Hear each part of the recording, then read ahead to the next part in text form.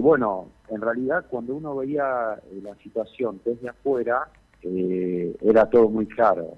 Desde el primer momento, inclusive cuando surgieron los primeros conflictos en Alpesca, que se vació y dejó a la gente en la calle y aparece Red Chamber, la situación desde el punto de vista de alguien que la observaba era muy fácil, era muy evidente. Ahora, técnicamente no fue tanto porque la maniobra que se utilizó fue de alguna manera una ingeniería destinada a darle a Red Chambers una empresa con todo su activo, sacándole el pasivo. En este caso el pasivo laboral, que era justamente el pasivo más importante que tenía Alpesca, que en su momento eran 1.800 trabajadores.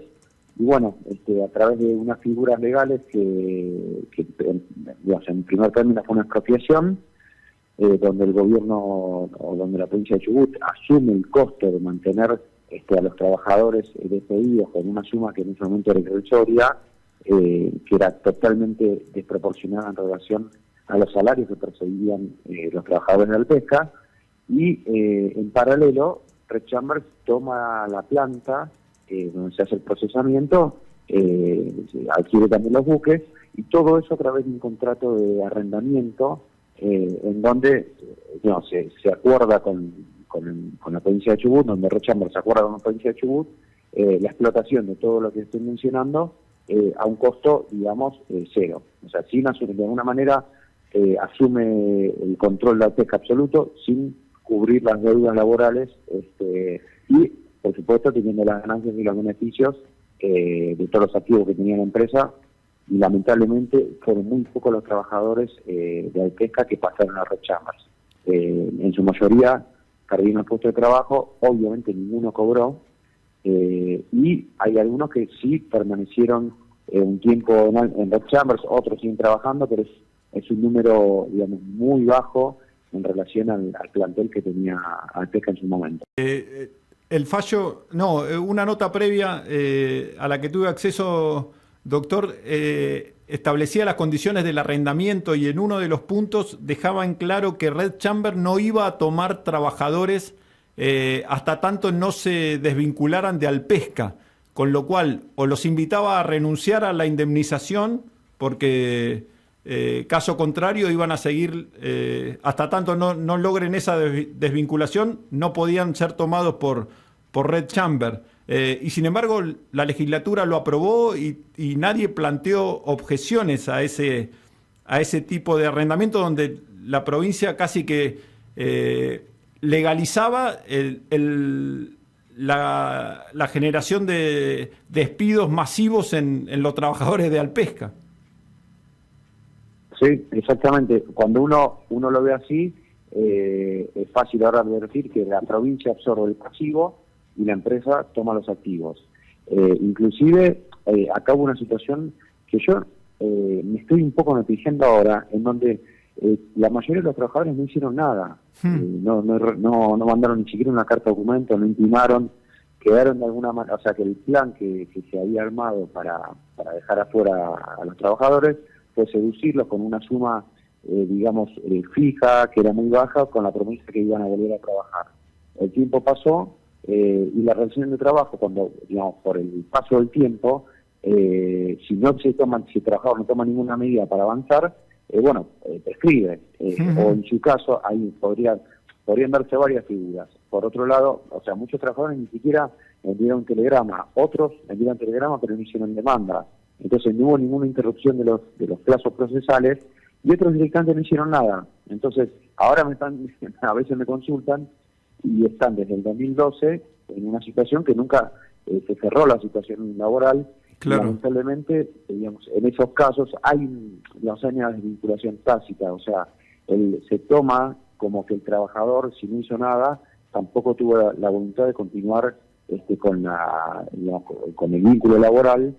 Y hay que tener presente que en ese momento el contexto era muy hostil, la gente sufrió mucho, no solo por la pérdida de trabajo, sino porque tampoco pudieron acceder a otros, o accedieron a otros con una fuente, digamos, de ingreso muy inferior a la que tenían en Alpesca, y lamentablemente eso llevó también tuvo un impacto en la economía de Puerto Madryn. Entonces, digamos, el problema fue muy importante y además fue, digamos, de un día para el otro, fue de alguna manera impuesto a la gente a modo tal que ni siquiera le pagaban los sueldos. Y no sé si recordás, Roberto, que en su momento una señora fue y se prendió fuego literal en la puerta de la empresa porque a su marido no le pagaban el sueldo. O sea, se llegó a ese nivel de violencia y de desesperación, que bueno, ahora vemos en qué condición, ¿no? Lamentablemente. Doctor, ¿y hay muchos Hugo Chirisola? ¿Cuántos trabajadores están en condiciones de seguir la vía judicial de este capitán de barco como para lograr un resarcimiento y que se haga cargo de la indemnización? Bueno, un poco lo que te marcaba recién, Roberto, era eso. O sea, los trabajadores que interrumpieron con una carta documento, con un telegrama, bueno, probablemente con audiencias también, y con demandas, esos sí tendrían facultades para poder reclamar la extensión de responsabilidad. Porque acá, quiero ser bien claro con esto, Red Chambers lo que responde es exclusivamente por la deuda de Alteja. No es que se está reconociendo una nueva relación laboral, claro. Sino que se le está reconociendo se le está reconociendo a los trabajadores beneficiarios de indemnizaciones de Alteja, que nunca pagó, nunca cumplió nada, e inclusive, te digo, todas las condenas que hubo en ese momento quedaron rebeldes, o sea, porque Alteja ni siquiera se presentaba a contestar demanda. Claro. O sea, desaparecieron de la escena y bueno, ahora Red Chambers se está asumiendo después de ya 10 años, ¿no? O sea, que también ellos, lógicamente, tuvieron 8 años. Porque, porque no afrontaron, o sea, cuando uno toma una empresa, empieza a controlar una empresa, la adquiere, tiene que hacerse cargo de los pasivos también. Después se ve qué hace, pero bueno, acá no pasó eso, y tienen los buques, y tienen la misma planta procesadora, está todo igual. O sea, no hubo ningún cambio. Estamos hablando con Nicolás Schick, abogado del trabajador que logró el fallo favorable y Red Chambers se tiene que hacer cargo de la indemnización que no pagó al Pesca. Doctor, estuve consultando con algún otro abogado laboralista y me decía que esto abre la puerta a otros posibles juicios de proveedores, profesionales, empresas de servicio que también quedaron colgadas del pincel cuando quebró al Pesca. Estaba esa duda de que podían llegar a hacerse cargo de esta situación, o solamente la justicia prioriza el tema laboral de los trabajadores. ¿Puede haber una extensión de responsabilidad para otro tipo de prestadores de servicio o proveedores de la fallida? Bueno, ese es otro, digamos, lo que yo hablo es la cuestión obviamente laboral. Ahora, después todo lo que fue la parte comercial, que seguramente dejaron un tendal de deudas infernal, tiene otro recorrido que es a través de una quiebra. En este caso habría que extenderle, o sea, hablo sin conocer, te digo en líneas generales, la quiebra que se le decreta al Pesca se le tendría que extender a Red Chambers. Red Chambers es una sociedad norteamericana que se radicó en nuestro país, primero a través de una tercera sociedad, y después directamente pasó a llamarse Red Chambers Argentina Sociedad Anónima, cuando de alguna manera vieron que acá el negocio continuaba. Y estamos hablando de capitales muy importantes, yo ya la estudié, la conozco a nivel financiero, comercial, son empresas muy sólidas, o sea, no van a tener inconveniente para contar las deudas, y bueno, se verá. Yo lo que hace el resto de esto que me marca, los proveedores, los terceros, que no son trabajadores, yo la única opción que veo es otro camino, que es el comercial. Claro. Los trabajadores tienen la opción que yo mencioné, siempre y cuando hayan tomado una medida y interrumpido los plazos procesales. Patrones, lo saluda, y obviamente esto también sienta precedentes para lo que pueda suceder con escenarios similares con otras empresas, incluso fuera del rubro pesquero.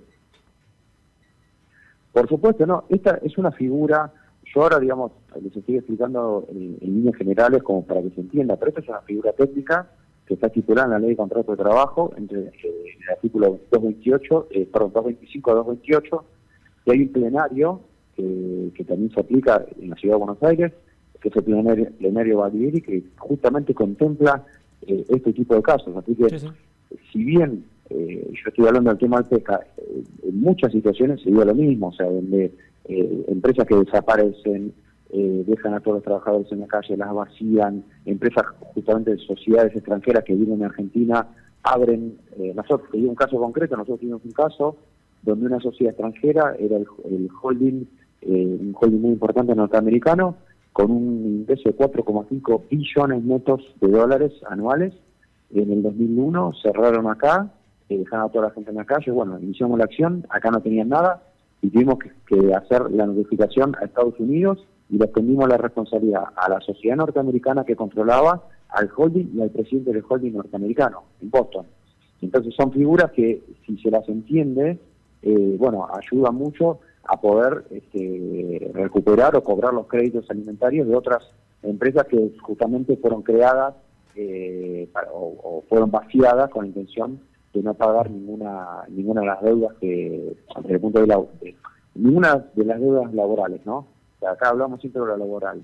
Después las otras ramas son otras cuestiones. Después, si fue fraudulenta, bueno, hay figuras penales también. Sí, sí, hay figuras como el desbaratamiento de derechos, quiebras fraudulentas. O sea, hay muchas maneras también en paralelo como para accionar y castigar a los responsables. Sí, y en el caso de Hugo Chirisola, ¿qué antigüedad tenía en Alpesca? No mira, no me acuerdo de memoria, pero creo que unos 14, 15 años o más. No me quiero, de memoria no recuerdo. No te quiero decir, pero la desvinculación fue un despido indirecto y nosotros iniciamos la causa, se la ganamos al Pesca y bueno, ahí tomamos conocimiento después que no tenían nada. Y bueno, a partir de ahí hacemos este planteo de extinción de continuación, que también lo tengo con otros trabajadores. Sí, sí, sí. O sea, él fue el primero, pero hay otros trabajadores que estamos representando que están en la misma situación, estamos accionando igual, nada más que este es el primer, es el primer caso, el primer antecedente con confirmación de la Cámara Nacional de Apelación del Trabajo y en todo el país. Y en todos estos años, en el caso de Chirisola, ¿ha podido seguir desempeñándose dentro de la actividad en otras empresas, Nicolás? Perdóname, no se escucha muy bien, ¿me puedes repetir la pregunta, por favor? Consultaba si durante todos estos años de espera, en definitiva, Chirisola ha podido continuar dentro de la actividad. Bueno, él no, por supuesto, o sea, él no tiene, nada lo limita a seguir con su vida activa, su vida laboral. No sé realmente si él estaba trabajando o no, si siguió trabajando o no, pero no tiene ningún tipo de limitación. O sea, cualquiera que inicie esta acción, y siguiendo un poco la pregunta que me hace, no tiene ningún límite ni limitación para poder seguir trabajando en otra empresa. No hay una lista negra también. No, lo planteo, doctor, desde fundamentalmente lo que significa que se te cierre una puerta de la manera que se te cierra e intentar conseguir que se te abra otra. Lo señalo además a modo personal. En mi caso estoy en un juicio laboral donde se intenta demostrar justamente lo mismo, que es lo de el responsable solidario. En mi caso llevo 5 años esperando, párrafo aparte, en el caso de Chirisola 8, estuvo esperando cómo el sistema está armado para que te genere un desgaste tanto que aquel que inicie una acción, una demanda de esta naturaleza, llega un momento que perdés todo tipo de esperanza.